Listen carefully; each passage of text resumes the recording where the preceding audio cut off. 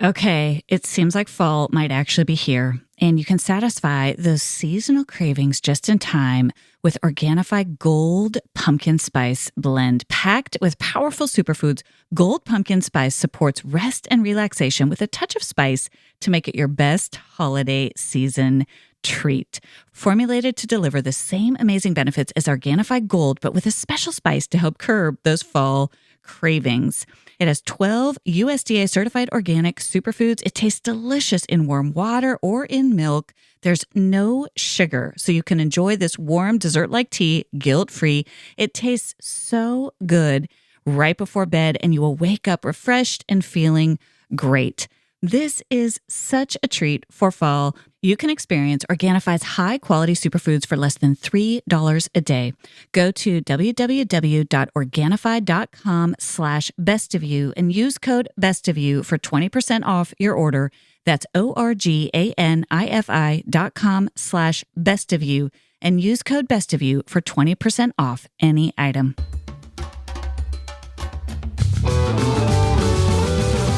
Hey everyone, I'm Dr. Allison, and I'm so glad you're here to discover what brings out the best of you. This podcast is all about breaking free from painful patterns, mending the past, and discovering our true selves in God. I can't wait to get started as we learn together how to become the best version of who we are with God's help. Hey everyone, and welcome back to this week's episode of the Best of You podcast. I'm so thrilled you're here today, and I'm especially thrilled to bring you this conversation with my dear friend and fellow therapist, Dr. Curt Thompson. Curt was on the podcast. He was back on episode 58. He was on with his friends, Pepper Sweeney and Amy Chella. It's a great episode, and you get a real sense of their friendship, and Curt really lives out what he teaches. But I wanted to have him on to talk about hope, because I think hope is one of the most fundamental life skills that we all need to develop, and Curt just has a wonderful way of talking about it. Curt is an author and a psychiatrist. He's the founder of the Center for Being Known, an organization that develops resources for hope and healing at the intersection of neuroscience and Christian spiritual formation.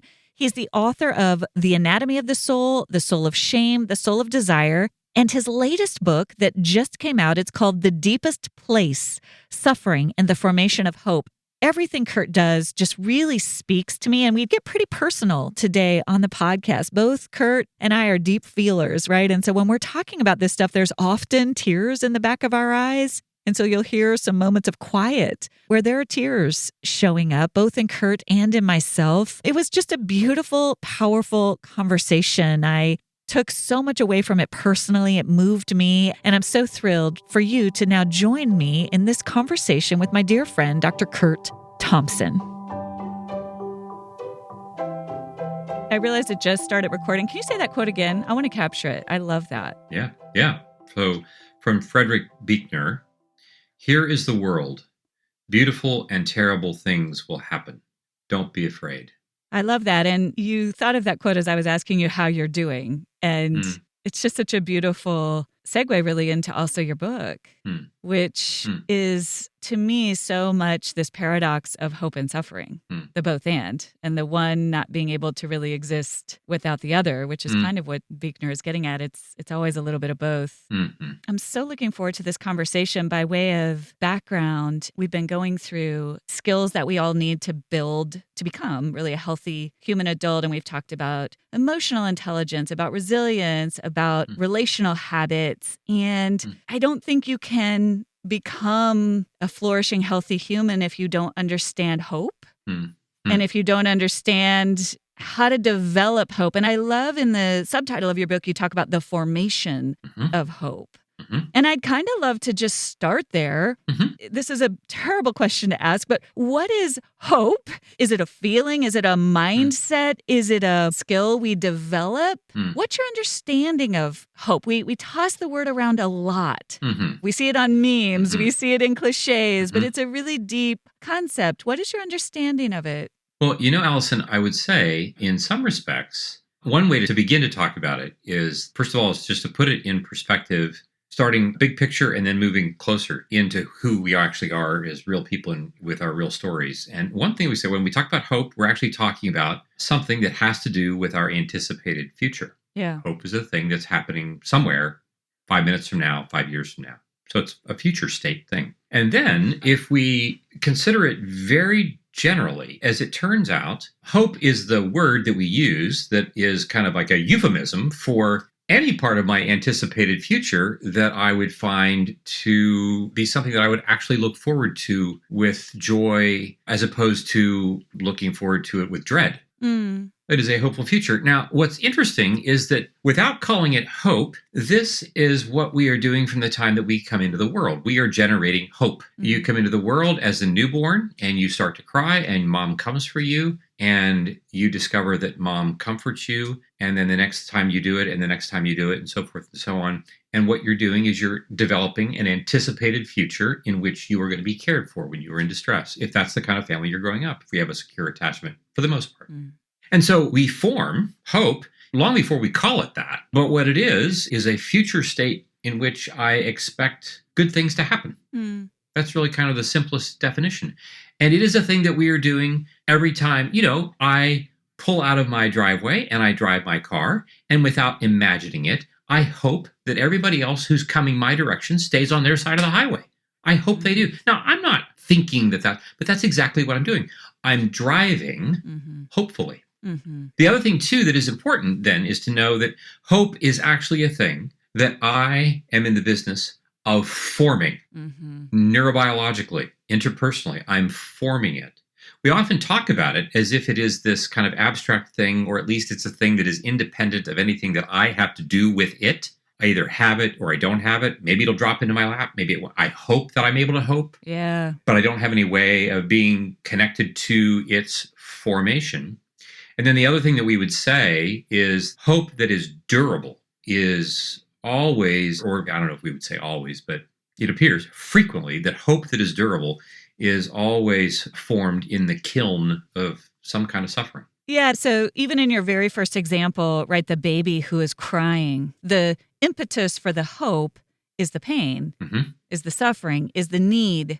Would you say that in order to hope, one has to suffer? Would you say that they are intimately linked in that way? Well, I mean, we might say I don't necessarily have to suffer to hope that people will stay on their side of the highway when they're driving toward me. Yeah. Yeah. But for durable hope, yeah, for me to hope durably, for me to hope in a moment in which my pain is still with me, that's a different kind of hope. And this, I think, is what Paul is getting at in that passage in Romans 5 that we explore in the book, this notion that that kind of hope emerges in this crucible of suffering, as long as I'm able to recognize that that crucible of suffering itself is preceded by a certain set of assumptions that Paul is making about our relationship with Jesus and about our relationship in the community to which he's writing. I'm not expected to pick up that book of Romans and read it and think, oh, Paul's writing to me, Curt, as the individual, and I'm going to have to suffer and somehow like white knuckle myself through perseverance, through characters so I can get to hope. Yeah. Paul's writing to a community. And it is in the context of that community that we are seen, soothed, safe, secure. The body becomes the person of Jesus to me, in which we are loving people in wild and crazy ways that in that context would have never been predicted outside of the presence of Jesus. And in that community, it creates the opportunity for me to reveal myself in my pain to others who are going to be present with me, which enables us to form hope. So I don't form hope for me. We form hope for me, and we form hope for you in that way. I love that. That's a key point in the book. I want to circle back to that we hope in the context of community and in connection. Yeah. But I love what you just said, and I want to pause there because I think so many of us, I was thinking about it as I was reading this book, that Romans 5 passage, it's so familiar. I've always felt kind of the linear part of my brain is like, okay, just like you said, it's not that encouraging to me. It's like the hard thing happens, I got to work really hard, and then it's sequential. And then at the end, I might get this feeling of hope that's a fruit of all this hard stuff. And that's not a super hopeful or pleasant way of looking at it. right? And you are expanding. It's more of this circular, it's more of this virtuous cycle where all of these things are kind of happening simultaneously.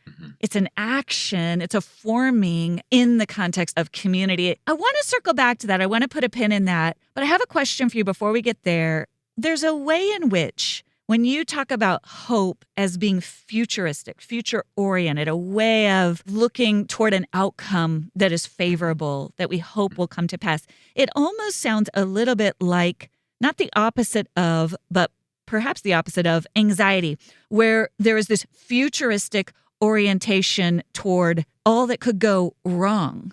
It almost sounds to me as if hope is in some ways the antidote for anxiety, and it's not positive thinking. It's something much deeper and much more robust spiritually and neurobiologically than just the power of positive thinking. But does that jive with your? Yeah. And what I would say in this regard is hope, we form it, but the it that we form is actually a byproduct. I don't form hope because I set out to form hope. I form hope because in my suffering, I allow myself to be revealed to you. And I do it over and over and over again, despite the fact that my pain isn't leaving, which is perseverance. And in the course of that work, I become a person of character that I couldn't have been if I'm trying to do this all by myself, or if I'm trying to do this by myself without revealing myself to someone else. And that movement from the suffering, practicing perseverance, the development of character, as we like to say, we always remember our futures. Our future is only ever constructed out of my remembered past. I don't ever construct a future that I'm not imagining from my past experience in some way, shape, or form. And so when I talk about hope, what I'm really talking about is an anticipated future that is built out of multiple moments of embedded experience that I commit to memory, in which I have experienced my pain in the presence of Allison, who is with me with loving kindness, and my friend Neil, and my friend Rich, and Byron, these people who are with me, and I encode this. And this becomes that which becomes my source for my anticipated future. And so I'm building a neural base of memory of, oh, when I am in pain, I am also experiencing the presence of those who are with me. And it categorically shapes and changes the nature of a story that I tell about the pain, including how I experience the feeling of it. And that means that as I imagine my future becomes one of repeated moments just like this. And so the hope that I'm forming in the present moment, so that when I do think about my future, that future is coming out of this series of present moments that I have felt, this seedbed, if you will, of seeds that we are planting of the presence, the at-one-ment of Jesus through his body being with me.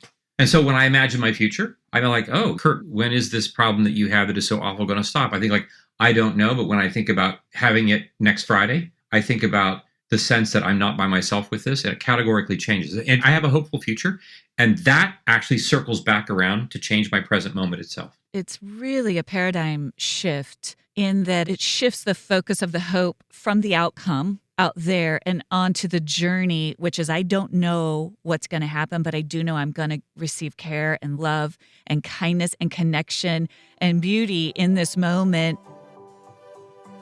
Man, car sickness is the worst. We often take this windy mountain road and inevitably somebody is getting nauseated. That's why I'm so thrilled this podcast is sponsored by Relief Band. It's the #1 anti-nausea wristband that quickly relieves and effectively prevents nausea and vomiting associated with motion sickness, anxiety, migraines, morning sickness, chemotherapy, and so much more. Relief Band is natural, fast-acting, and it lasts as long as you need it. It's 100% drug-free, non-drowsy, and has 0 side effects. I'm very conscious of what I put in my body, so I love that I don't need to take any pills for Relief Band to work its magic. Remember, you don't have to overplan for nausea relief or dose up 6 hours before a trip. Just bring your Relief Band and you are good to go. Right now, we've got an exclusive offer just for Best of You listeners. If you go to reliefband.com and use promo code BESTOFYOU, you'll receive 20% off plus free shipping. So head to reliefband.com and use our promo code BESTOFYOU for 20% off plus free shipping. Curt, I'm imagining the person listening, especially if we think about hope being formed literally from the moment we experience comfort as a newborn Mhm. baby, as a Mhm. child. What happens if we'd never encoded that kind of positive experience as a child, for Mhm. whatever reason, as a result of emotional neglect, abuse, traumatic experiences?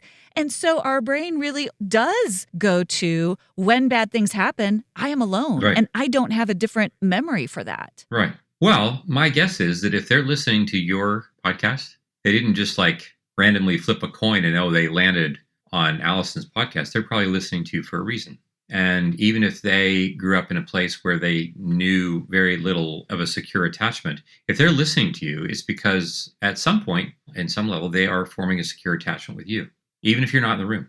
It's happening because this is the work that you do. I know you. I consider you to be my friend. I love being in the room with you. Like, who wouldn't love being in the room with you? Because I'm being really serious. Like, the sense that if somebody's listening, they're already hopeful. And they're hopeful because, not just because, Allison provides great information, which you do, but they're not coming for your information. They're coming for you.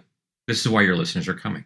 And what's happening for them means that even there, in a somewhat, maybe it's not picture perfect because you're not in the room and you aren't sharing meals together and so forth, but there are going to be listeners whose attachments are being formed differently because they're listening to you. They're listening to us now. And we would say to those listeners, gosh, I wonder what it feels like if you were to imagine Allison being with you in your kitchen and having a cup of coffee together. What do you imagine that would be like? And I imagine there'd be a lot of people who's like, I would love that.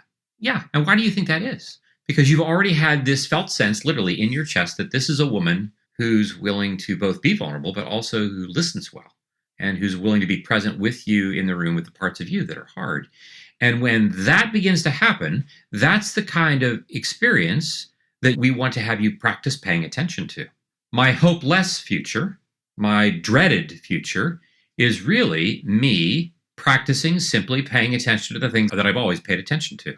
Again, this is why we talk about hope being formed. It is not a thing that is just going to fall out of the sky into my lap because I want it to. God takes us very seriously and expects us to be involved in the hope forming project. And so for those people who haven't had it at the cradle, my guess is that we would say, then we're going to want to work on that, about finding relationships where that can become possible. I love that. It's a spin on, you always say, paying attention to what you're paying attention to. That applies to shame, but it also applies to hope, paying attention to that feeling of there's just something here that gives me hope. So like when you say, like, there's something here, again, if I were to get up and walk down the hallway of my house, and I say, like, well, I hope that the floor holds. I don't think I'm going to say I hope the floor holds, but I'm living as if I do hope the floor holds. And why is that? Because I've had an embodied encounter with the floor thousands of times. And so when we talk about this kind of hope for relational wholeness, we're talking about putting ourselves in a position in which we can have greater numbers of experiences in which we are being seen in this way that we're talking about,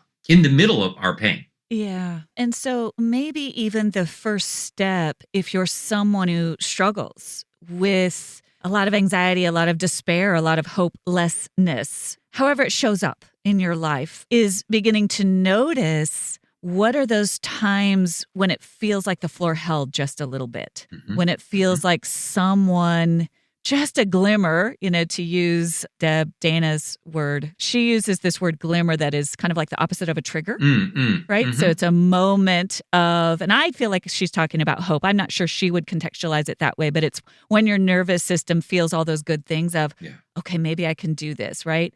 It's noticing those glimmers and capturing them intentionally. In that moment, after I talked to that person, I felt a little bit better. And cultivating, being mindful about gathering up some of those hopes so that you can kind of follow the breadcrumbs to greater and greater awareness. Right. I mean, I'm sure that you have this experience when you're in the consultation room with folks. You have an experience with a patient in which something happens and you sense them sensing that they've been seen. There's some moment of felt connection. And when this happens in our confessional communities, when there's, 10 of us in the room, we pause.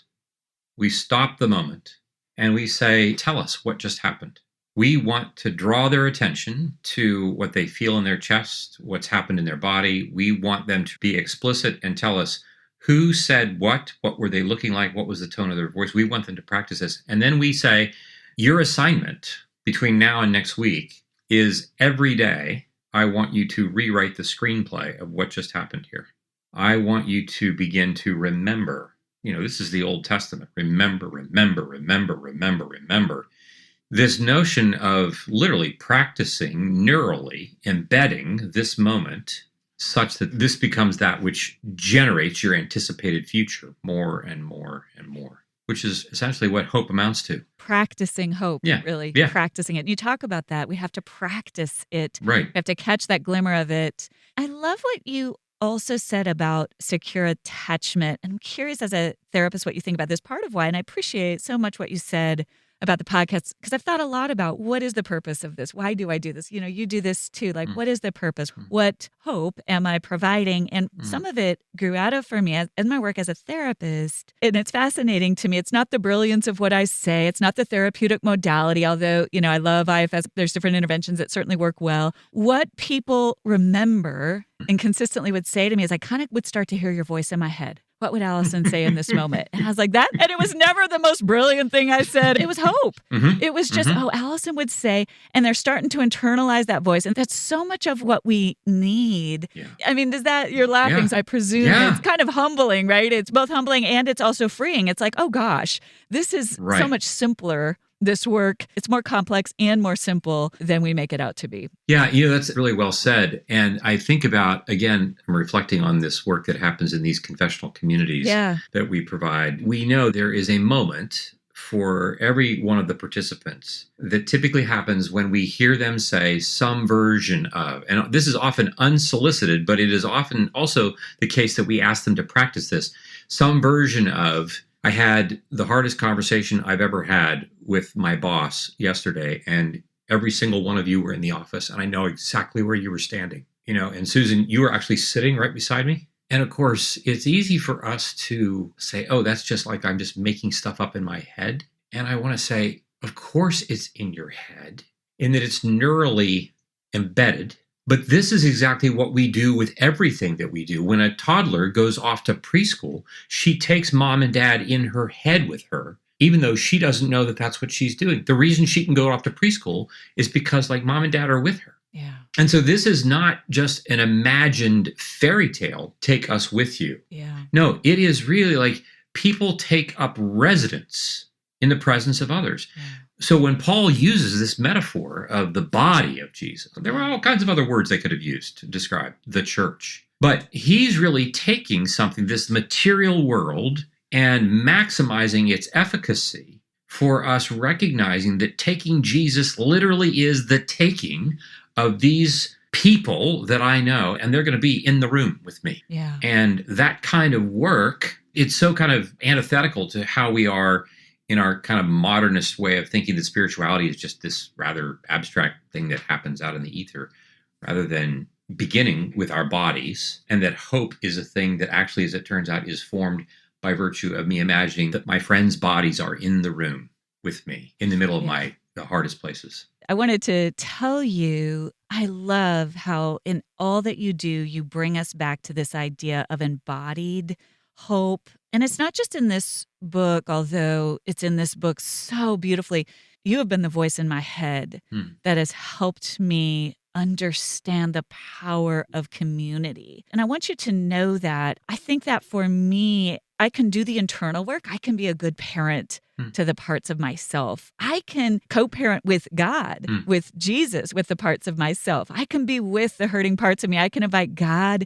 But boy, to let other humans near those hurting parts is a challenge for me. I talk about that. And the way that you describe these confessional communities, the way that you describe the body of Christ as embodied witness, as in and of itself bringing hope, has been so meaningful to me. And I want to say that to you while you're here with me, because you are that embodiment of hope to me. The way that you describe this whole process as happening in the context of witness has just really helped me become a hope seeker in my relationships. Yeah, so thank you for that. Well, first of all, you're very kind to say that. So it feels really good to hear. And I'm really taking that in, really grateful. It's just a lovely gift on a Thursday afternoon that I didn't see coming. And so it's really lovely. So thank you for that, for your words. And I would say, as our friends at the Bible Project like to say, everything you need to know about human beings, you can find out by reading the first 6 chapters of Genesis. Mm-hmm. You read that and there's nothing more. Everything you need to know, it's right there. And one of the very first things that we read has to do with how God formed the human, and that he begins with mud and he breathes the breath of life into the human's nostrils, and the human becomes a living being. And we might say, therefore, that if we take away the dirt or if we take away the breath, that we stop being human. And so they're both equally important for us to be human, but there is a sequence in which we are formed, and that same sequence, as it turns out, is followed in terms of how our life is actually lived in the world. First, we sense, and only then do we make sense of what we sense. First, we have an encounter, we behold the word, and only then do we write in John chapter 1 how we beheld the glory. Mm-hmm. The theology and the written text only follows the embodied experience. And it then turns around to inform my embodied experience and so forth. But I think it has been helpful.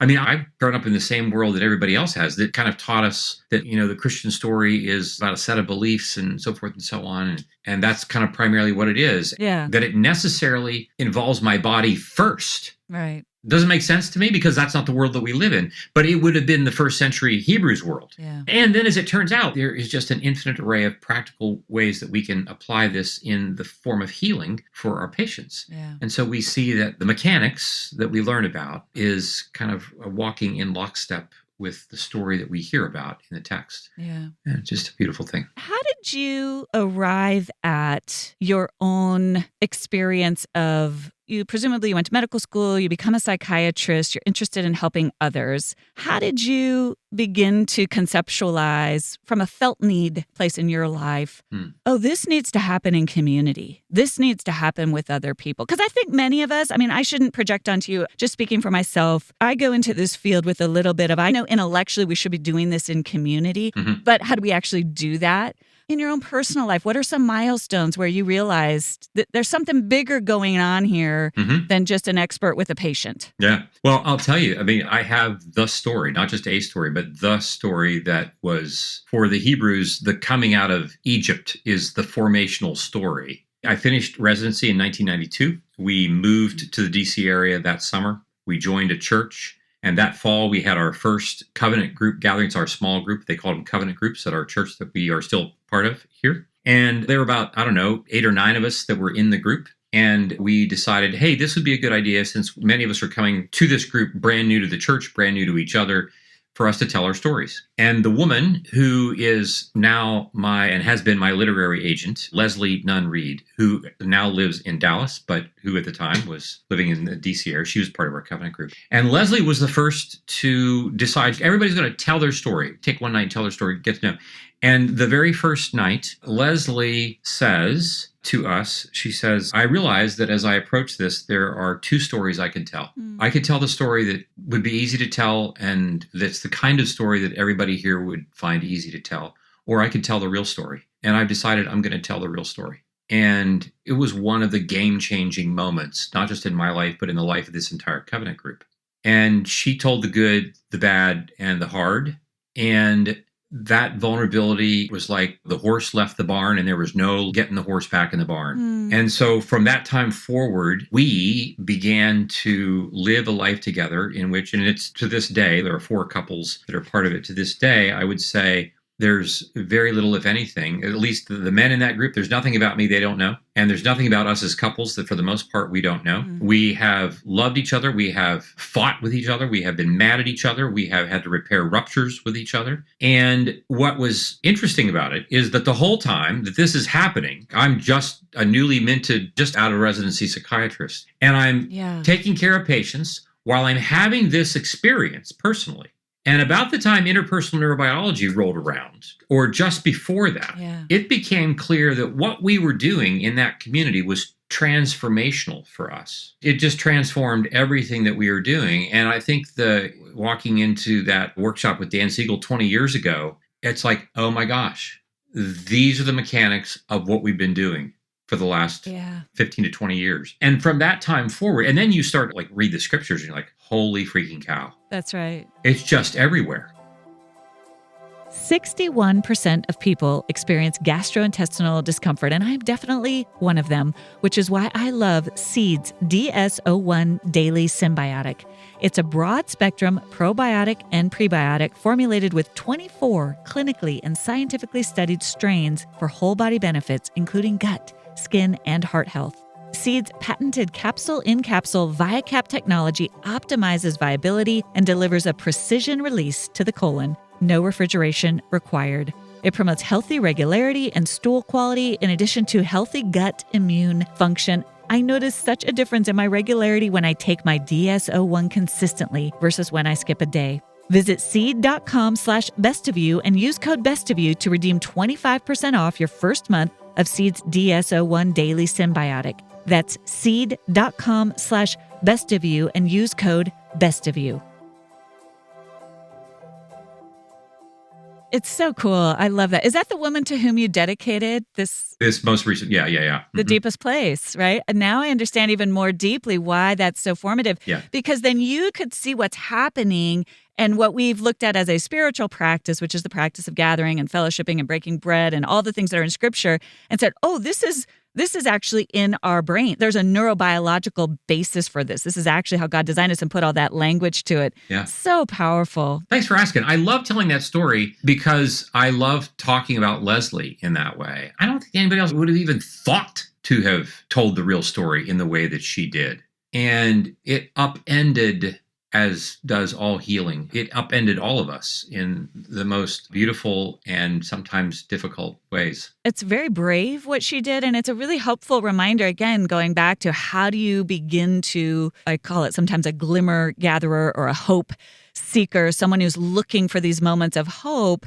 Right there, she did something in that moment that you were aware of, and you moved toward that as a group, and here you are 20 years later, or however many years later, with this rich, I would imagine, a very robust experience of hope that you're now pouring out to so many others. Right. This morning, I was at breakfast with one of the husbands of these families. His name's Rich, lifelong friend of mine. On Monday, I'll be with Neil. And these relationships, these are not therapeutic relationships, but these are deeply formational relationships for me because they're all part of the larger context. It's not just this individual thing that I've had, right? It's with each of them in the context of this community in which the community itself is providing a crucible, ballast, support, but also a certain level of, conviction of loving kindness when pressure needs to be borne. When love is demanding things of us that I would rather it not demand of me. Yeah, it's real community. It's real embodied witness that is transformational. And it is the context of this sort of hope-suffering partnership that is the topic of The Deepest Place. I want to circle back when you were saying just about how even these words that we're saying right now, right? Being on a podcast, we can form these secure attachments that can do some good, right? And everything I think about therapy has a place. It does some good. This has a place. The written words that we do have a place.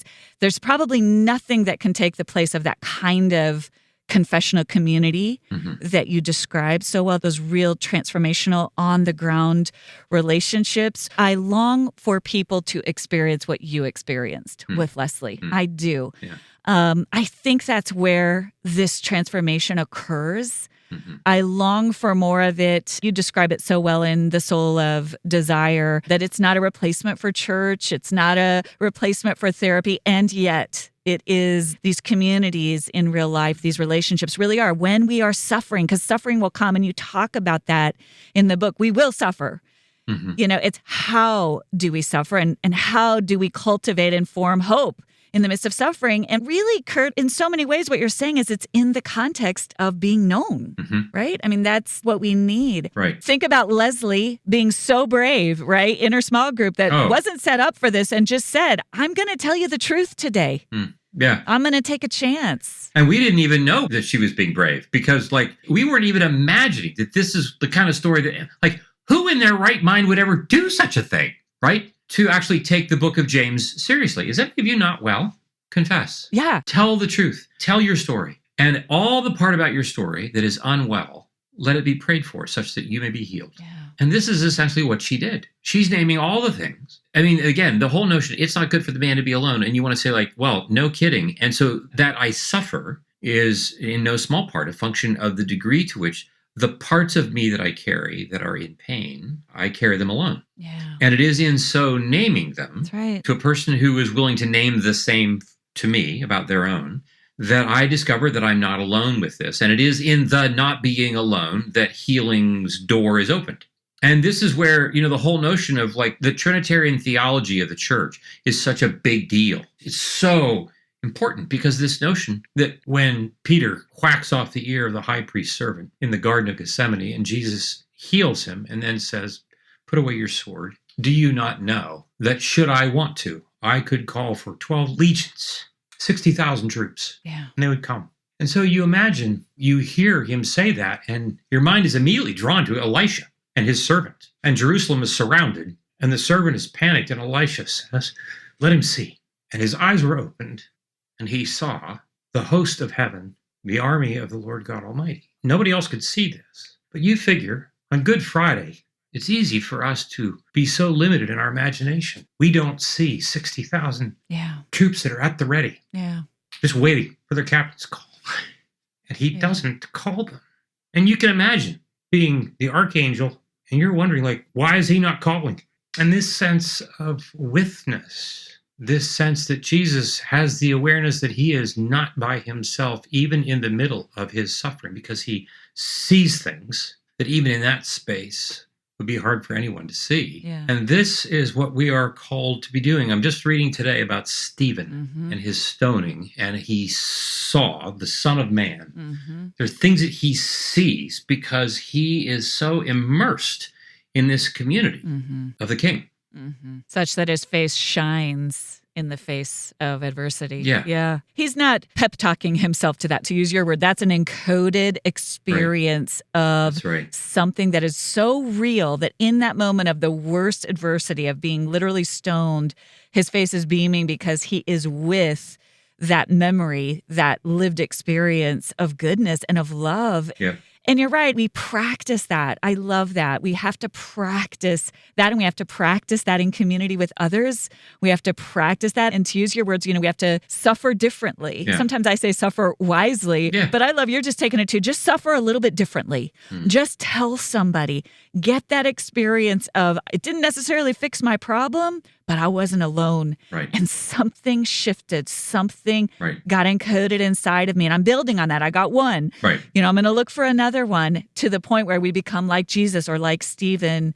It's just so beautiful, Curt. I could talk to you for hours. I love talking to you. I'm so grateful for you. I know. We could just do this forever, but I love how real it all is for you. And I think that's what speaks to people. All of your work comes from the overflow of your heart. I want to just close because I ask, when I do have guests, I ask them, what is bringing out the best of you right now? What is bringing you hope right now? Okay, so in this list, in this group of people that I'm with, I've got this covenant group and I've got these 3 other guys that I'm with every Tuesday morning for the last 25 plus years for confession and prayer and so forth. And, I say without these people in my life, I'm a dead man. But in this context, I've made a list of people that I have to forgive. Then there's 10 that are on the list. And you might think, okay, if I'm listening to this, am I on the list? No, you're not on the list. Okay, you're on the list. That's dangerous. Okay, there are people on the list. And what has been hopeful has been the work of, and there's a certain suffering that goes with, like, I have to admit, I've actually enjoyed holding a grudge. I've taken pleasure in holding a grudge about something. Like, I don't think about all these people all the time, but when they come up, I'm like, I'm liking being pissed. And I have good reason for it. But I'm having to burn energy to keep that story alive. I'm having to come to terms with like, this is a story that I have told. Yes, certain things happened, but now I recognize I have now been telling a story ever since it did happen, and I am my problem. Yeah. And so what has been hopeful has been practicing, imagining Jesus being in the room with me, with them, and practicing telling a different story and sharing this with these people in my group and recognizing that there has been a shift in my posture. Now, I'm imperfect at this and I still have a long way to go. But for the first time, like I'm getting to a point where I'm really looking forward to not holding the grudges, not holding it. Like I would much rather not do that rather than enjoying it as much as I have been for however long I've been enjoying it. And so that's something that I can say that has been a hopeful thing. I love that. I mean, the way you get there is you got to identify these other things that you're not very proud of. But yeah. I love it. You're practicing hope. And you're right. It's such that paradox. And I just want to encourage everybody. It's called The Deepest Place, Suffering and the Formation of Hope.